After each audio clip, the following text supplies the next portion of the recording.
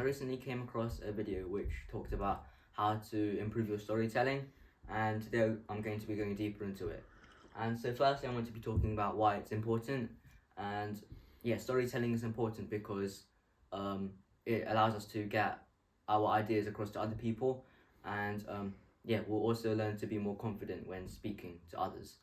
And yeah, it has a lot of uses as well. So say for example, you're at a job interview, and after learning, after improving your storytelling, you'll be able to yeah, you'll be able to present better, and as well as talk more confidently in front of others. And so yeah, now I'll be talking about some steps to improve. So firstly, you should zoom into the moment instead of just summarizing it. And yeah, it's effective because if you zoom into exact moments, it will immerse the audience, and yeah, they'll feel more interested about what's happening.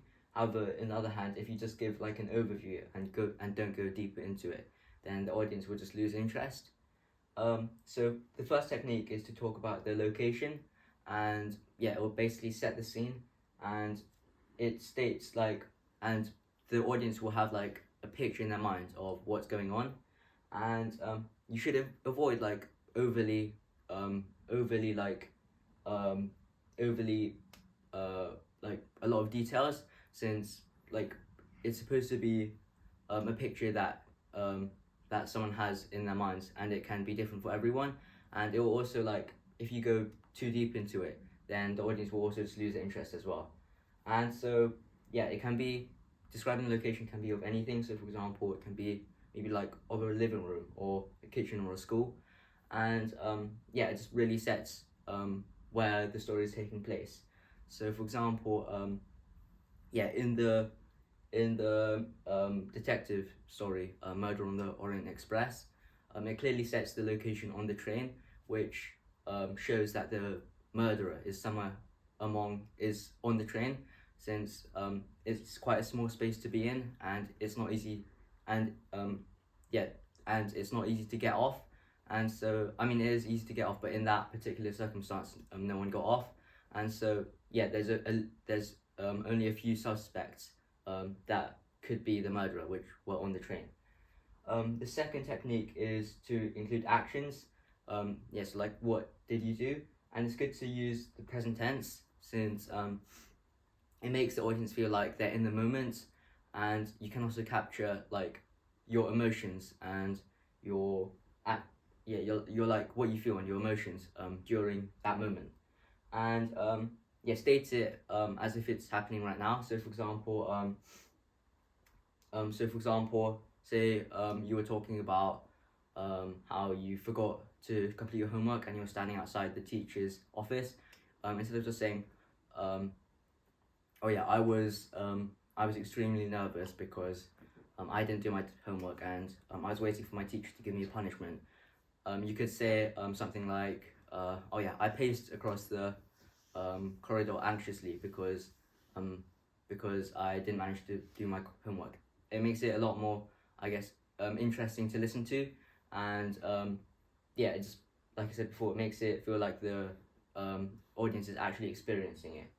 And thirdly is just to, you can also include thoughts, and yeah, you can, because it like it makes the story seem authentic to the audience, and if you include your thoughts, it also includes relatability and adds more depth to the story you're talking about. You should avoid like overly intellectual or like things that are hard to understand in your thoughts, since like no one thinks like that, and yeah, it will be hard to understand and relate to for the audience. So just like keep it raw and unfiltered. So say for example you were having a presentation, and you messed up quite badly. You could say, "Oh yeah, I thought I did extremely badly, and I felt like I was never going to do this again." And yeah, so like that, it just makes it seem like you're really giving like what you truly feel, and yeah, it can seem quite relatable to the audience, since you're not using like overly complicated words, and yeah, you're just telling out what you felt at the moment. And fourthly is to capture your emotions, and so you can express it by describing a physical reaction, or just or just or just like what or just um or just like the emotions uh within your mind. And however, it's better to do to include physical to do like to include physical reactions, since it makes the emotion more tangible and engaging for the audience. And so, for example, say for example, you were trying to describe a person who was anxious. You could say, he was tapping his pencil nervously and glancing at the clock. And yeah, I guess that just shows, instead of just saying he was anxious, it provides more depth, I guess, and more and it makes it more interesting for the reader as well, and it makes them easier to picture the person just being anxious instead of just a phrase. And fifthly is to include dialogue, and it can be quite important since it just adds a bit more color to the story, and it also adds a sense of realism and interest. And you shouldn't use like overly long or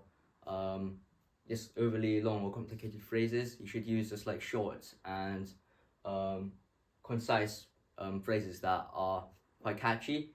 And yeah, so say for example, if you went and saw a movie, let's say Avatar, and maybe your friend didn't enjoy it, you could say uh, you could explain what he was saying at the time. So for example, oh yeah, I didn't enjoy this movie because I thought it had too much CGI, and there was too much, I guess. A lot of it was just too computer based and made with technology.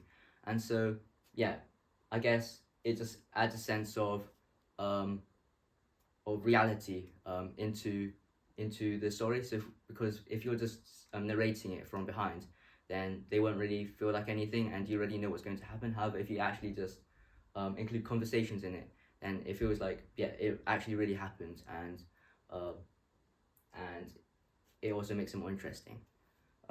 So thank you for listening today. I think the main points you should take away are to zoom into the moment, and particularly the most important ones are to first describe the location, and also like try to portray your thoughts and emotions, as well as including some dialogue to give it some color. Thank you for listening.